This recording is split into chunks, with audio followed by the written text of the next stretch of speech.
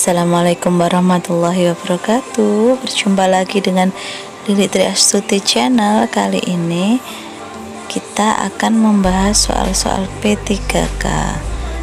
Bagi teman-teman yang masih berjuang di tahap 2, tentunya teman-teman kemarin berpengalaman menghadapi soal-soal di tahap 1, sehingga untuk tahap 2 ini menurut saya teman-teman harus banyak referensi soal-soal P3K dan mengingat kembali soal-soal yang kemarin muncul. Semoga channel ini membantu teman-teman untuk dapat mengembangkan literasinya dalam belajar. Semoga teman-teman lulus. Yuk kita simak. Soal nomor 1. Komponen rancangan pelaksanaan terdiri dari A. Identitas, kompetensi inti, kompetensi dasar, indikator, tujuan pembelajaran, materi, metode, media pembelajaran, sumber belajar, langkah-langkah pembelajaran, evaluasi. B. Identitas, kompetensi inti, kompetensi dasar, tujuan pembelajaran, indikator, materi, metode, media pembelajaran, sumber belajar, langkah-langkah pembelajaran, evaluasi. C. Identitas, kompetensi inti, kompetensi dasar, indikator, tujuan pembelajaran, materi, metode, sumber belajar, media pembelajaran, langkah-langkah pembelajaran, evaluasi. D. Identitas, kompetensi inti, kompetensi dasar, indikator, tujuan pembelajaran, materi, metode, media pembelajaran, sumber belajar, evaluasi, langkah-langkah pembelajaran. Jawaban yang paling tepat adalah yang A. Soal nomor 2, salah satu prinsip dalam penyusunan rencana pelaksanaan pembelajaran RPP adalah A. Materi atau bahan ajar berbasis kompetensi. B. Pembelajaran dirancang dengan berpusat pada peserta didik. C. RPP bersumber dari silabus. D. Alokasi waktu sesuai dengan jadwal pada setiap satuan pendidikan. Jawaban yang paling tepat adalah yang B. Selanjutnya soal nomor 3, yaitu penulisan daftar pustaka yang benar adalah A. Suryani Dwi pengamalan Pancasila dalam kehidupan sehari-hari, Bandung 2 Indonesia Publishing House . Untuk pilihan ganda yang pertama ini salah, karena di situ untuk judul itu tidak miring. Jadi untuk yang A itu kesalahannya ada pada judul yang penulisannya tidak miring. B. Suryani, Dwi 2001 pengamalan Pancasila dalam kehidupan sehari-hari Bandung 2 Indonesia Publishing House . Yang B benar, karena B sesuai dengan aturan dalam daftar pustaka, yaitu untuk nama pengarang dibalik, kemudian tahun terbit, kemudian itu untuk judul miring, tempat dicetak buku 2 penerbit. Untuk yang C itu salah karena Suryani Dwi, seharusnya koma. Untuk yang D kesalahan pada sehabis judul koma, seharusnya titik. Untuk yang E kesalahannya pada terbalik antara nama penerbit dan tempat penerbit. Jadi jawaban yang paling tepat adalah yang B. Soal nomor 4, perhatikan langkah-langkah pembuatan keramik sebagai berikut. 1. Tanah liat yang masih berupa bubuk harus diolah terlebih dahulu dengan cara disaring dalam kondisi basah. 2. Keramik dikeringkan dengan cara diangin-anginkan. 3. Keramik dibakar selama 9 jam pada suhu 900 derajat Celcius. 4. Tanah dijemur selama 1-2 minggu hingga menjadi semakin liat, dan tanah harus disimpan di dalam plastik yang terlindung dari cahaya. 5. Keramik bisa dihaluskan dan diwarnai sesuka hati. 6. Keramik dibakar dilakukan pada suhu 1220 derajat Celcius selama 10 jam. 7. Pembentukan tanah sesuai dengan kreativitas masing-masing. Urutan langkah yang benar adalah A. 1472365, B. 1473265, C. 1472635, D. 1472356, E. 1473625. Jawaban yang paling tepat apa coba teman-teman? Ya, jawaban yang paling tepat adalah yang D. 1472356.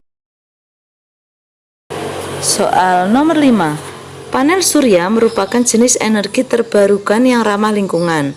Panel surya dikatakan sebagai energi ramah lingkungan, artinya adalah A. Meminimalisir bahaya pada ekosistem lingkungan, B. Mudah diperoleh dari lingkungan, C. Memperbaiki kerusakan alam dan lingkungan, D. Menjaga lingkungan tetap bersih, E. Dapat diperbarui dan tidak akan habis karena penggunaannya.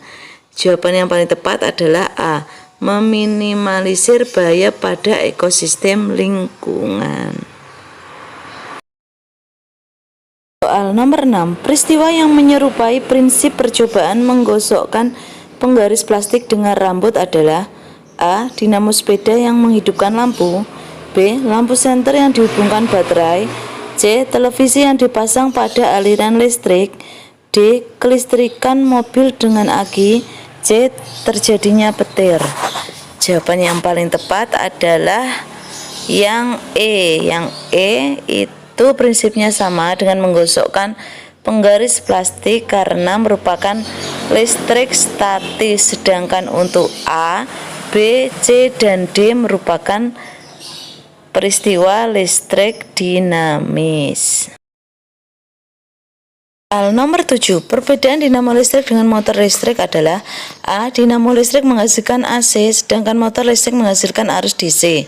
B. Dinamo listrik mengubah energi kinetik menjadi energi listrik, sedangkan motor listrik mengubah energi listrik menjadi energi kinetik.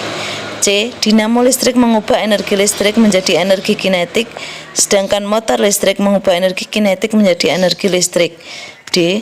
Dinamo listrik menghasilkan arus DC, sedangkan motor listrik menghasilkan arus AC. E. Dinamo listrik menghasilkan arus yang besar dan motor menghasilkan arus yang lebih kecil. Coba yang mana teman-teman? Jawaban yang paling tepat adalah yang B. Dinamo listrik mengubah energi kinetik menjadi energi listrik, sedangkan motor listrik mengubah energi listrik menjadi energi kinetik. Sudah jelas di sini teman-teman ya. Soal nomor 8. Perhatikan gambar ilustrasi berikut ini. Pernyataan yang tepat untuk menggambarkan ilustrasi di atas adalah A. Berat 2 kubus dan 1 kerucut sama dengan berat 1 bola dan 1 kubus. B. Berat 1 kubus dan 1 kerucut lebih berat dari 1 bola dan 1 kubus. C. Berat 2 kubus dan 1 kerucut lebih ringan dari 1 bola dan 1 kubus. D. Berat 1 kubus dan 1 kerucut lebih berat dari 1 bola. E. Berat 1 kubus sama dengan berat 1 bola sama dengan berat 1 kerucut. Coba yang mana jawabannya? Jawaban yang paling tepat adalah yang D. Berat 1 kubus dan 1 kerucut lebih berat dari 1 bola. Di situ digambar sudah jelas sekali. Jadi yang tepat adalah yang D. Soal nomor 9. Hasil penilaian pada KD membandingkan perubahan energi yang terjadi pada berbagai pembangkit listrik. Diperoleh data semua peserta didik sudah mencapai ketuntasan belajar berdasarkan KKM yang ditetapkan. Semua peserta didik kelas 5 sudah memenuhi ketuntasan belajar. Yang harus dilakukan Pak Kadi sebagai guru IPA pada kasus ini adalah A. Mengadakan pengayaan materi perbandingan perubahan energi yang terjadi pada berbagai pembangkit listrik untuk semua peserta didik. B. Mengadakan pengayaan materi perbandingan perubahan energi yang terjadi pada berbagai pembangkit listrik untuk peserta didik di atas rata-rata. C. Mengadakan remedial materi perbandingan perubahan energi yang terjadi pada berbagai pembangkit listrik untuk beberapa indikator yang masih lemah. D. Mengadakan remedial materi perbandingan perubahan energi yang terjadi pada berbagai pembangkit listrik untuk semua indikator agar semua peserta didik dapat optimal hasil belajarnya. E. Melanjutkan materi pembelajaran berikutnya. Jawaban yang paling tepat adalah karena di sini semua peserta didik sudah mencapai ketuntasan belajar berdasarkan KKM yang ditetapkan. Jadi jawaban yang paling tepat yang dilakukan guru atau Pak Kadi di sini yaitu E. Melanjutkan materi pembelajaran berikutnya. Bentuk pelaksanaan remedial yang pertama yaitu pemberian pembelajaran ulang dengan metode dan media yang berbeda jika jumlah peserta yang mengikuti remedial lebih dari 50%. Artinya apabila persentase 50% sampai 100%, maka guru memberikan pelaksanaan remedial berupa pembelajaran ulang dengan media dan metode yang berbeda. Kemudian yang B yaitu pemberian belajar secara khusus, misalnya bimbingan perorangan jika jumlah peserta remedial maksimal 20%. Artinya jika peserta remedial itu sebanyak 0 sampai 20%, maka guru memberikan bimbingan remedial berupa bimbingan khusus secara individu perorangan. Apabila peserta didik 20% sampai 50%, guru wajib memberikan pelaksanaan remedial yaitu berupa tugas-tugas kelompok. Kemudian kita bisa juga memanfaatkan tutor sebaya. Terakhir, semua kegiatan pembelajaran remedial diakhiri dengan tes akhir. Baik pembelajaran remedial dan tes akhir dilaksanakan di luar jam kegiatan belajar mengajar reguler. Boleh pulang sekolah atau pada sore hari seperti kegiatan ekskul dan les. Nomor 10, pagi ini Bu Agni mengadakan penilaian KD metamorfosis pada makhluk hidup. Jika peserta didik jumlahnya 32 dan saat penilaian ternyata hasilnya 3 peserta didik tidak mencapai KKM, yang harus dilakukan Bu Agni adalah A. Memberikan remedial masing-masing individu untuk 3 peserta didik yang tidak tuntas KKM. B. Memberikan remedial dengan mengelompokkan semua peserta didik yang tidak tuntas KKM. C. Pembelajaran klasikal untuk semua peserta didik karena ketuntasan minimum kelas belum terpenuhi. D. Melanjutkan pembelajaran karena presentasi ketuntasan di atas 80%. E. Meminta peserta didik yang tidak tuntas mengulas mengerjakan soal penilaian dengan soal yang sama. Di sini kita presentasikan dulu 3/32 kali 100%. Hasilnya yaitu 9,375%. Jadi yang dilakukan Bu Agni seperti tadi yang bentuk-bentuk pelaksanaan remedial yang saya bahas sebelum soal ini, yaitu berarti yang jawaban yang paling tepat yaitu yang A. Memberikan remedial masing-masing individu untuk 3 peserta didik yang tidak tuntas KKM. Soal nomor 11.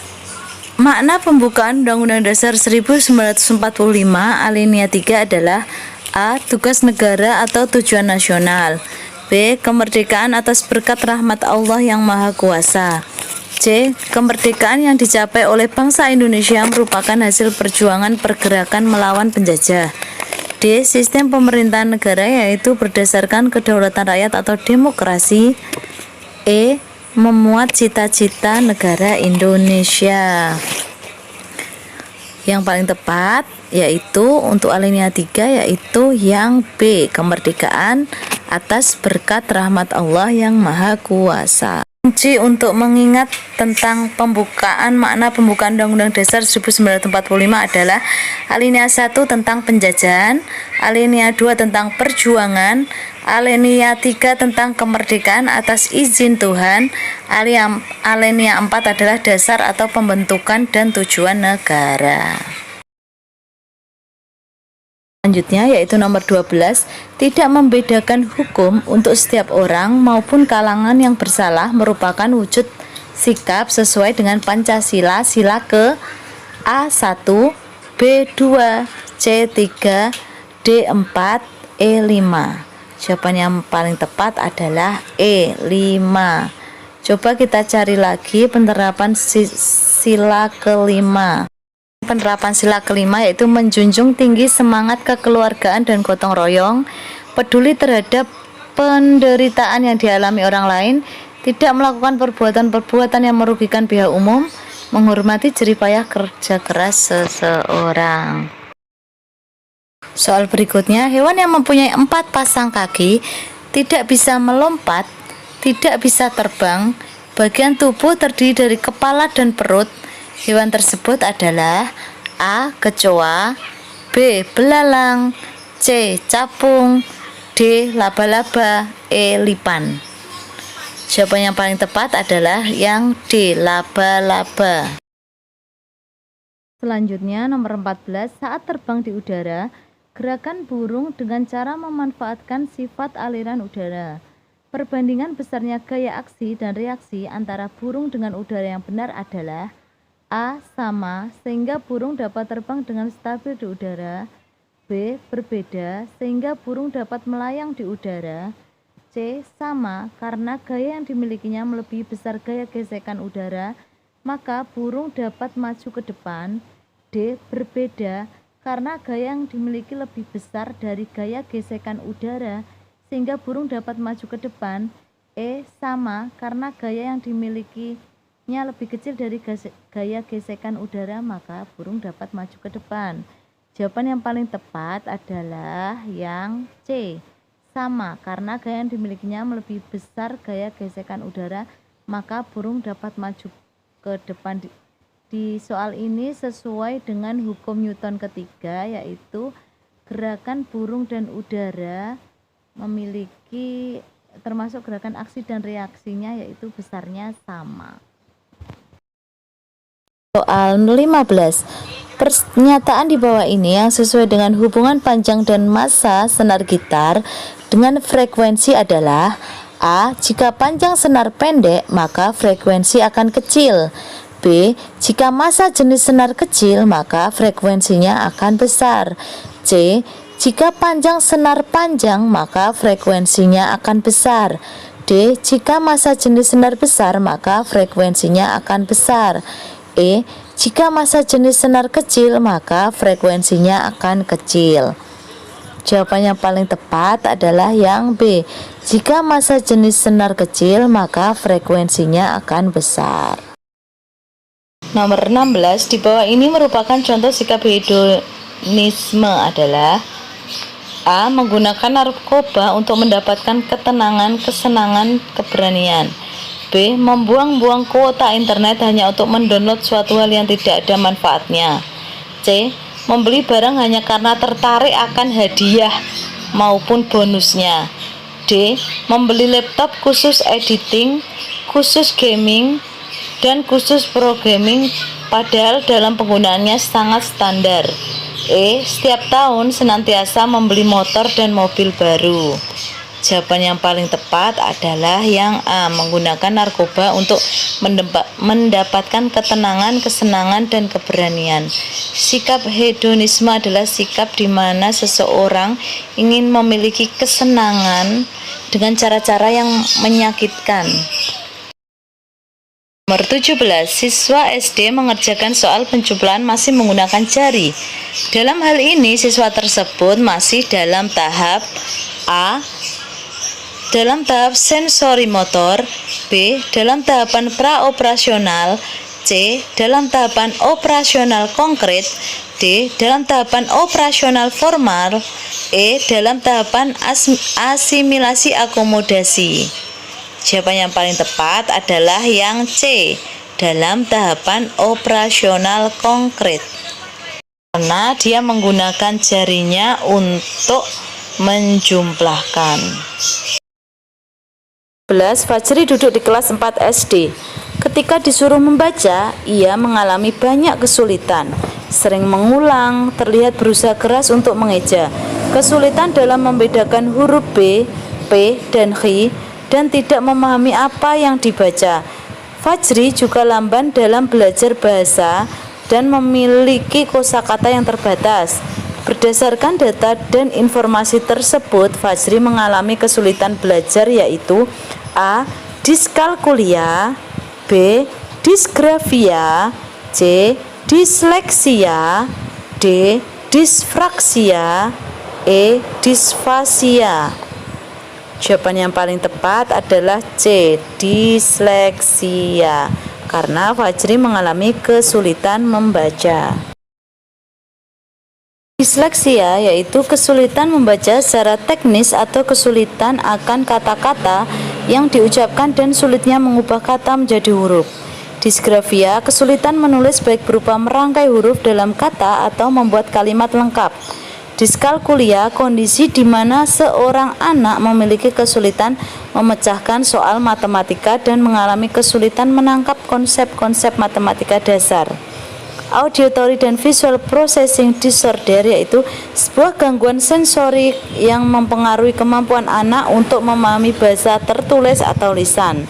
Non-verbal learning disability yaitu kondisi ini merujuk pada ketidakmampuan anak untuk menggunakan aspek intuitif, pengaturan visual, dan pengolahan fungsi saat belajar. Nomor 19, perhatikan pernyataan berikut. 1. Menghancurkan sel darah merah yang sudah tua. 2. Mengumpulkan lemak untuk dicerna. 3. Membunuh bakteri merugikan. 4. Memproduksi zat yang dibutuhkan tubuh. 5. Membantu fungsi enzim lipase.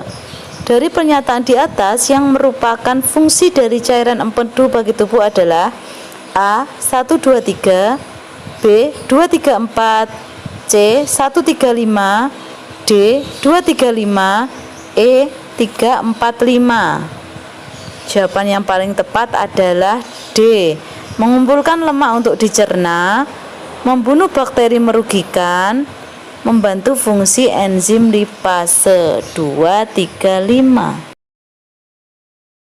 Nomor 20, perhatikan pernyataan di bawah ini. 1.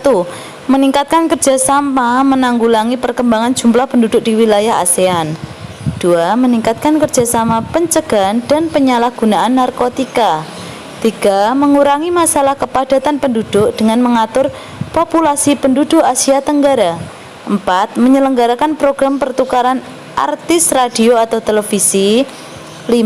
Mengembangkan sumber daya manusia ASEAN dengan melakukan kerjasama mengembangkan SDM antar negara di Asia Tenggara. Dari pernyataan tersebut, manakah yang merupakan kerjasama ASEAN di bidang kebudayaan? A. 123, B. 234, C. 345, D. 124, E. 235. Jawaban yang paling tepat adalah D. Meningkatkan kerjasama menanggulangi perkembangan jumlah penduduk di wilayah ASEAN. 2. Meningkatkan kerjasama pencegahan penyalahgunaan narkotika. 4. Menyelenggarakan program pertukaran artis radio atau televisi. Soal 21. Perhatikan hal-hal berikut. 1. Abstrak, latar belakang, manfaat PTK, sumber penelitian. 2. Siklus 1, siklus 2, refleksi, rekomendasi. 3. Tujuan proses dan hasil proyek. 4. Waktu pelaksanaan dan bagaimana prosedurnya. Urutan bagaimana cara penulisan PTK yang benar adalah A. 1234, B. 1342, C. 1324, D. 1432, E. 1423. Ayo yang mana coba? Yang benar adalah yang pertama, kita abstrak latar belakang manfaat PTK. Kemudian selanjutnya ya, yang benar adalah yang C. 1324.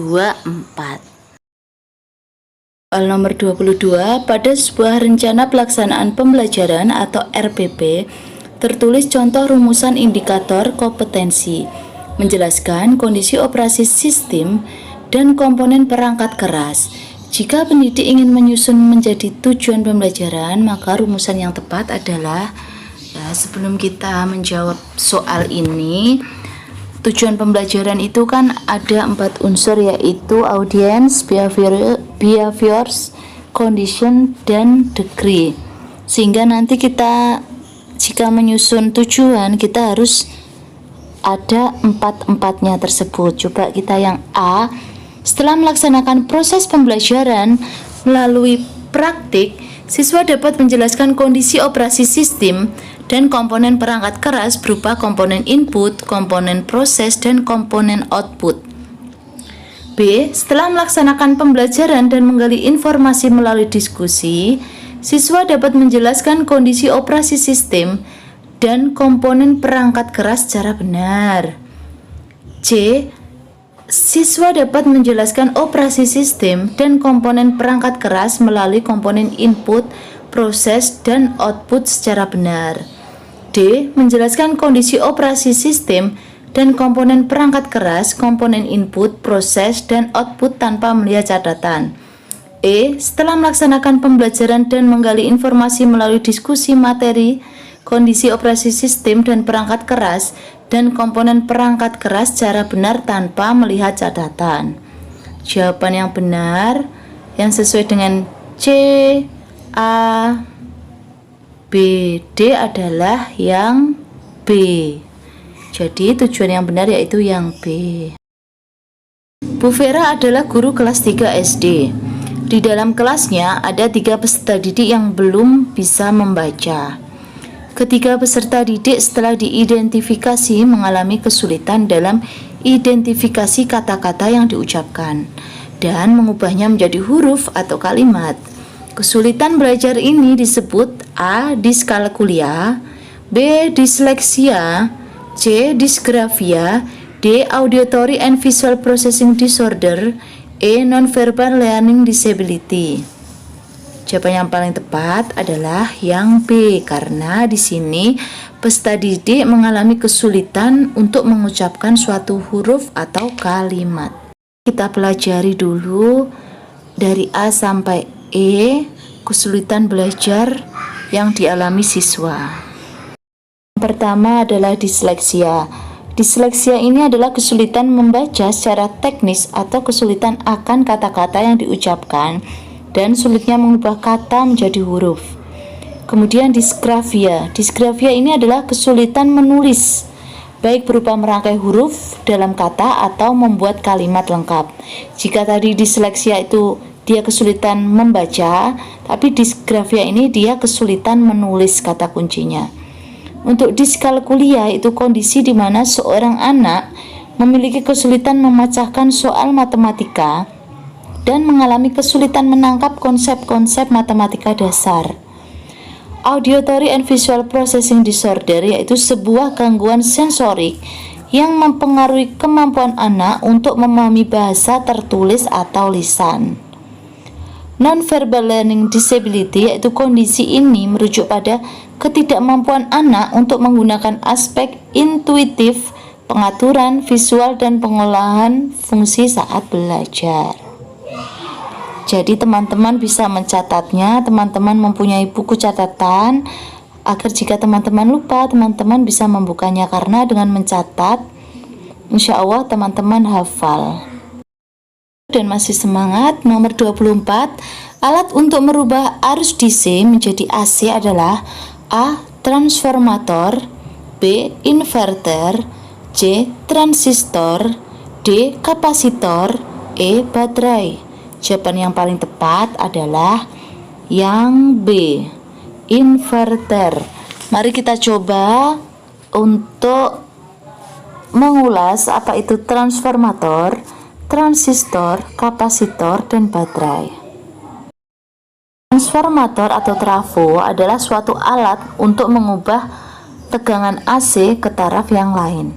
Kemudian inverter itu mengubah DC ke AC atau mengubah tegangan. Transistor yaitu alat semikonduktor yang dipakai sebagai penguat, sebagai sirkuit pemutus dan penyambung arus atau switching, stabilisasi tegangan, dan modulasi sinyal. Kapasitor adalah alat komponen elektronika pasif yang dapat menyimpan energi atau muatan listrik sementara. Baterai, perangkat yang terdiri dari satu atau lebih sel elektrokimia dengan koneksi eksternal yang disediakan untuk memberi daya pada pembangkit listrik. Soal nomor 25, urutan perubahan energi pada dinamo sepeda adalah A. Energi kinetik menjadi potensial menjadi listrik. B. Energi gerak menjadi kinetik menjadi listrik. C. Energi kinetik menjadi mekanik menjadi listrik. D. Energi kinetik menjadi listrik menjadi cahaya. E. Energi kinetik, energi magnet menjadi energi listrik. Jawaban yang paling tepat adalah yang D. Energi kinetik, energi listrik, energi cahaya. Mengapa D? Karena dinamo sepeda itu adalah alat sederhana, generator sederhana yang mengubah energi gerak menjadi listrik. Jika kita mengayuh sepeda, itu kan bergerak. Kemudian energi gerak tersebut berubah menjadi energi listrik. Kemudian energi listrik tersebut bisa berubah menjadi energi cahaya sehingga lampu di depan sepeda itu bisa menyala. Soal nomor 26, penilaian harus mampu mencari dan menemukan serta mendeteksi kesalahan-kesalahan yang menyebabkan terjadinya kelemahan dalam proses pembelajaran. Hal ini merupakan prinsip A. Keeping track, B. Summing up, C. Finding out, D. Checking out, E. Checking out. Jawaban yang paling tepat adalah yang C. Finding out. Kita ulas sebentar tentang prinsip penilaian. Prinsip penilaian ada 4, yaitu keeping track. Keeping track yaitu mampu menelusuri dan melacak kemajuan siswa sesuai dengan rencana pembelajaran yang telah ditetapkan. Checking out yaitu harus mampu mengecek ketercapaian kemampuan peserta didik dalam proses pembelajaran. Finding out yaitu penilaian harus mampu mencari dan menemukan serta mendeteksi kesalahan-kesalahan yang menyebabkan terjadi kelemahan dalam proses pembelajaran. Summing up yaitu penilaian harus mampu menyimpulkan apakah peserta didik telah mencapai kompetensi yang ditetapkan atau belum. Nomor 27, perhatikan angka berikut ini. 1. Ambilkan gelas yang sudah disiapkan. 2. Beri hiasan atau tambahan seperti es batu, daun kecil, susu kental manis. 3. Tuang jus ke dalam gelas. 4. Siapkan blender untuk membuat jus. 5. Masukkan buah, air, dan gula untuk jus. 6. Jus siap disajikan. 7. Siapkan bahan yang ingin dibuat jus seperti gula, air, buah, gelas. 8. Potong buah yang ingin dijus. 9. Nyalakan blender, tunggu sampai merata atau tercampur. Urutan angka yang tepat untuk membuat jus buah adalah A. 784591263, B. 784591326, C. 784592136, D. 784591236, E. 784519236. Jawaban yang paling tepat adalah, coba dicari, ini adalah soal tentang teks prosedur. Jawaban yang paling tepat adalah yang D. 784591236. Soal nomor 28, berikut yang bukan merupakan fungsi dari hutan mangrove adalah A. Sebagai filter zat garam yang dibawa angin laut ke kawasan darat. B. Sebagai habitat beberapa jenis air payau. C. Sumber pendapatan bagi masyarakat. D. Tidak dapat dijadikan sebagai kawasan wisata. E. Mencegah tsunami. Jawaban yang paling tepat adalah A. Sebagai filter zat garam yang dibawa angin laut ke kawasan darat. Fungsi hutan bakau atau mangrove adalah untuk mencegah abrasi laut. Hutan bakau sebagai tempat hidup biota laut, sebagai sumber makanan bagi hewan ternak, sebagai sumber pendapatan bagi nelayan, bahan penghasil obat-obatan, untuk menahan badai dan angin, mencegah tsunami, untuk menyerap karbon dioksida. Itulah beberapa fungsi dari hutan bakau. Soal nomor 29, untuk menyelesaikan kasus semua sengketa yang timbul karena perampasan kapal asing dan muatannya oleh kapal perang Republik Indonesia, maka lembaga yang berwenang adalah A. MA Mahkamah Agung, B. Mahkamah Konstitusi, C. DPR, D. Kementerian Kelautan dan Perikanan, E. Pengadilan Tinggi. Jawaban yang paling tepat adalah yang A. Mahkamah Agung. Terakhir di video ini, kerjasama ASEAN yang menguntungkan bagi Indonesia pada bidang pendidikan dan ketenaga kerjaan adalah A. Pusat Promosi ASEAN, B. ASEAN Council of Teacher Convention, C. Pengiriman Duta dan Konsulat, D. AFTA, E. SEATO. Jawaban yang paling tepat adalah B. ASEAN Council of Teacher Convention. Sekian yang dapat saya sampaikan. Lakukan yang terbaik untuk dirimu dan orang-orang yang kamu sayangi. Perjuangan itu membutuhkan waktu dan proses yang sakit. Jangan pernah berhenti untuk berjuang. Wassalamualaikum warahmatullahi wabarakatuh. Semoga teman-teman lulus di tahap 2. Sampai jumpa di video selanjutnya. Dadah.